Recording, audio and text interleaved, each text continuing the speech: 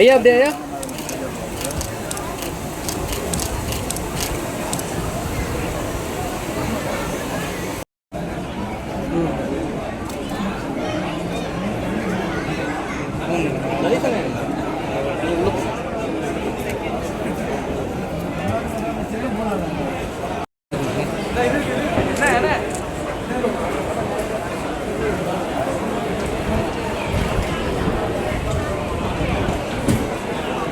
Sir இந்த பக்கம் இந்த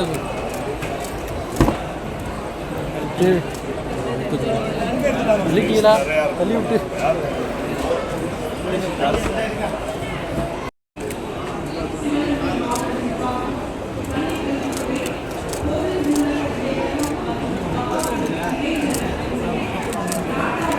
லாஸ்ட் இயர் யார்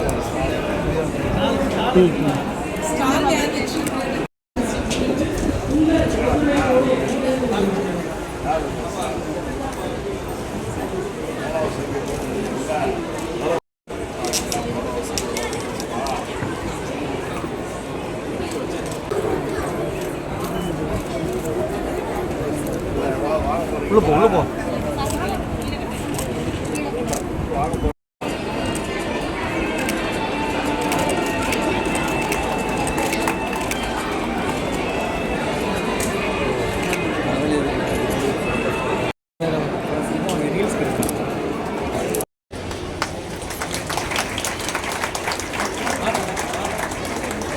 மதிப்பிற்குரிய காரைக்குடி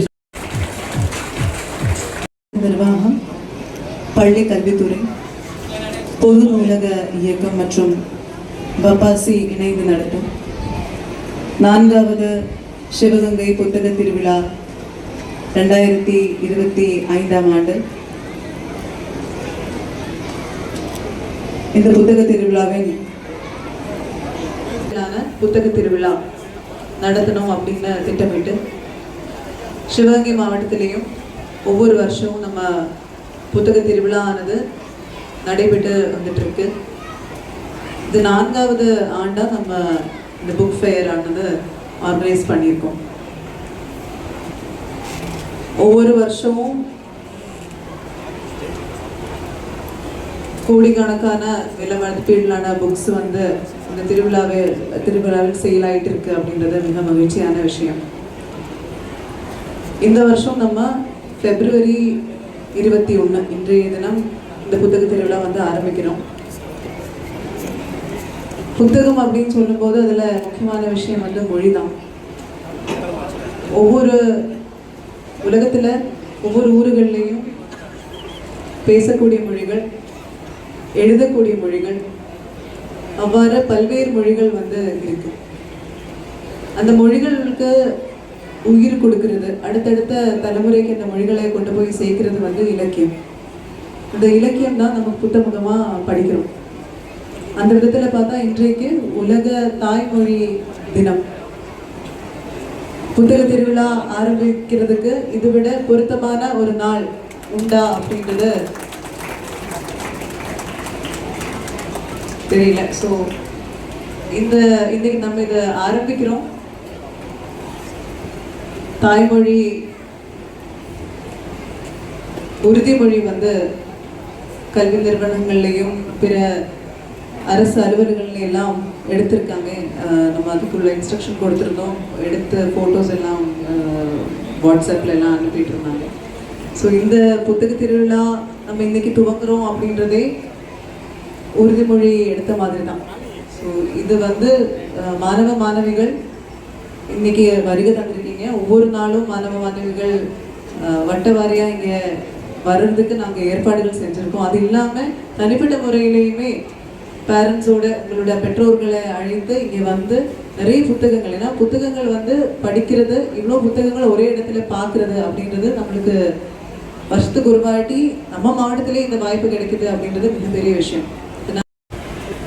பப்பாசி இணைந்து நடத்துகின்ற 2025ஆம் ஆண்டிற்கான புத்தக திருவிழா 4வது ஆண்டாக இன்று சிவகங்கையில் நம் அனைவருடைய முன்னிலையில் திறப்பு விழாவை கண்டிருக்கிறது.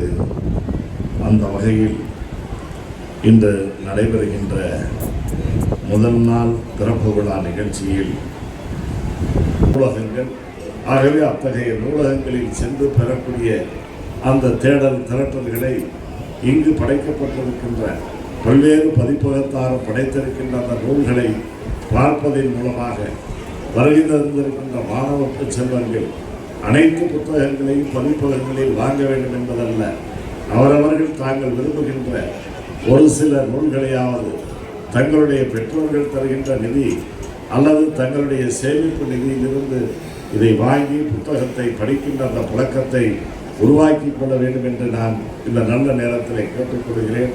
குறிப்பாக நம்முடைய மாண்புமிகு முதலமைச்சர் அவர்கள் கலைஞர் அவர்களை பொறுத்தவரையில் பதிப்பகத்தாரை ஊக்குவிக்க வேண்டும் என்பதற்காக அவர் தன்னுடைய சொந்த நிதியிலிருந்து 1 கோடி ரூபாயை அரசு நிதி என்று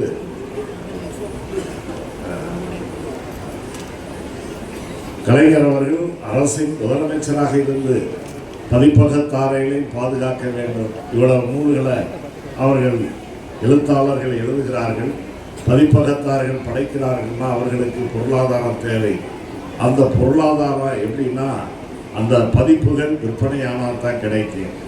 ஆக அப்படிப்பட்ட சூழ்நிலைகள் எல்லாம் பல நூல்களில் அரசுடைமை ஆக்கி அந்த எழுத்தாளர்களை ஊக்குவிப்பது மட்டுமல்லாமல் இந்த பதிப்பகத்தார்களுக்கும் அவர்கள் அச்சடிக்கின்ற அந்த நூல்கள் விற்பதற்கு வழிவகை செய்வதைத்தான் இந்த கிளை நூலகங்கள் போன்ற நூலகங்களை அமைப்பதன் மூலமாக செய்திட முடியும் என்று உணர்ந்தார்.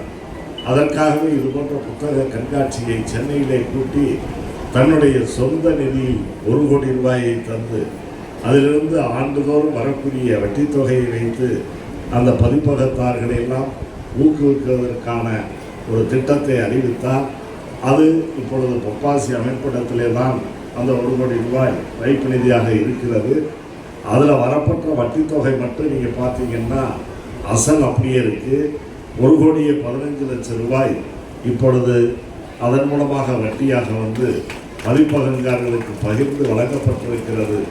ஆகவே வாசிப்பவர்களையும் உற்சாகப்படுத்த வேண்டும், அந்த பதிப்பகத்தார்களையும் பாதுகாக்க வேண்டும் என்ற அடிப்படையில் இன்றைக்கு இந்த அரசு கலைஞரை போல சிறப்பாக செயல்படுத்தி வருகிறது. சமீபத்திலே கூட நம்முடைய முன்னாள் மத்திய நிதியமைச்சர் மாண்புமிகு அண்ணன் ப. சிதம்பரம் அவர்கள் தன்னுடைய குடும்பத்தார் அறக்கட்டளையின் சார்பில் ஏறத்தாழ 12 கோடி ரூபாய் மதிப்பிலான முற்றிலும் தமிழ் வழி நூலகங்கள் இடம்பெறக்கூடிய வகையில் ஒரு நூலகத்தை அவர்கள் அமைத்தார்கள். அதனுடைய திறப்பு விழாவை மாண்புமிகு நம்முடைய தமிழ்நாட்டின் முதலமைச்சரான தளபதி அவர்கள் வருகை தந்து திறந்து வைத்தார்கள் என்பதும் நம்முடைய மாவட்டத்திற்கு பொன்குடத்திற்கு மேலும் பொட்டு வைத்ததைப் போல வாசிப்பாளர்கள், நேசிப்பாளர்கள், பதிப்பகத்தார்கள் அதிகம் இருக்கின்ற மாவட்டம் நம்முடைய சிவகங்கை மாவட்டம். ஆகவே அந்த வகையில் இந்த நூலகமும் ஒரு நமக்கு மிகப்பெரிய பெருமையை சேர்க்கக்கூடிய ஒரு நூலகமாக, முற்றிலும் தமிழுக்கான ஒரு நூலகமாக தமிழகத்தில் நான் அறிந்த வகையில் வேறு எங்கும் இருக்காது என்பதை நான் உணர்ந்து அந்த வகையில் அதுபோன்ற அந்த நூலகத்தை அமைத்து தந்த நம்முடைய அண்ணன் ப. சிதம்பரம் அவர்களையும் அவருடைய குடும்பத்தாரையும் இந்த நேரத்திலே பாராட்டுவதோடு அதை தன்னுடைய பல்வேறு பணிகளுக்கு இடையில் வருகை தந்து திறந்து வைத்த முதலமைச்சர் பெருமைப்படுத்திய முதலமைச்சர் அவர்களுக்கும் இந்த நேரத்திலே நன்றி சொல்லிக் கொள்வோம் என்பதை சொல்லி, நான் குறிப்பாக ஒரு மணி 1:15 விமானத்தை பிடிக்க வேண்டும் என்ற காரணத்தின் அடிப்படையிலே தான் நான் வைத்த வேண்டுகோளை ஏற்றி எனக்கு முன்னாலே பேசுவதற்கு வாய்ப்பினை தந்தார்கள். தொடர்ந்து இந்த நிகழ்ச்சி சிறப்பாக நடைபெறும். கடந்த ஆண்டை விட ஒவ்வொரு நாளும் பல்வேறு நிகழ்வுகள் நடைபெறுகின்ற அரங்கமாக இதை மாற்றி உயிரூட்டம் தந்திருக்கிறார்கள். சுருக்கமாக சொல்ல வேண்டும் என்றால், ஏதோ புத்தக கண்காட்சி வந்து புத்தகத்தை பார்த்துட்டு போகிறது மட்டுமல்ல, பல்வேறு அம்சங்கள் நிறைந்த பொழுதுபோக்கு ஒரு மையமாகவும் இளைஞர்களுக்கு, மாணவர்களுக்கு அறிவை வளர்க்கக்கூடிய ஒரு திருவிழாவாகவும் அறிவு திருவிழாவாகவும் இது அமைந்திருக்கிறது என்பதை சொல்லி, இது மென்மேலும் சிறக்க வெற்றி பெற என்னுடைய வாழ்த்துக்களை சொல்லி, இன்னும் மற்றொரு நாளில் வந்து இந்த புத்தக கண்காட்சியில் நான் அனைத்து அரங்கங்களையும் அதை போல நிகழ்ச்சிகளையும் இருந்து கேட்பேன் என்று சொல்லி வாய்ப்புக்கு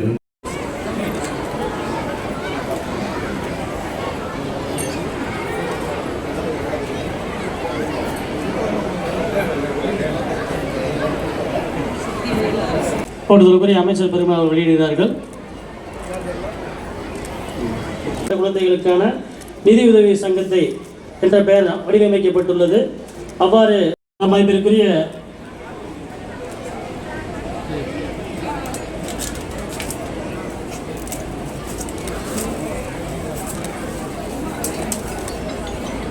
மாண்புமிகு அதனைத் தொடர்ந்து பள்ளிக்கல்வித்துறை என்று சிறப்பித்துள்ளார்கள். அவர் பயின்று வரும் பள்ளி. அதனைத் தொடர்ந்து மாநில அளவிலான அறிவியல் கண்காட்சி மற்றும் ஆய்வு கட்டுரை சமர்ப்பித்தல் போட்டியில் மாநில அளவில் முதலிடம் பெற்ற ஒன்றியம். அதற்கு வழிகாட்டியாக திகழ்ந்த திருமதி லதா சுமதி அவர்கள். சிறப்புமாக நடைபெற்றுக் கொண்டிருக்கும் 4வது சிவகங்கை புத்தக திருவிழாவிற்கு வருகை புரிந்து புத்தக திருவிழாவினை துவக்கி வைத்து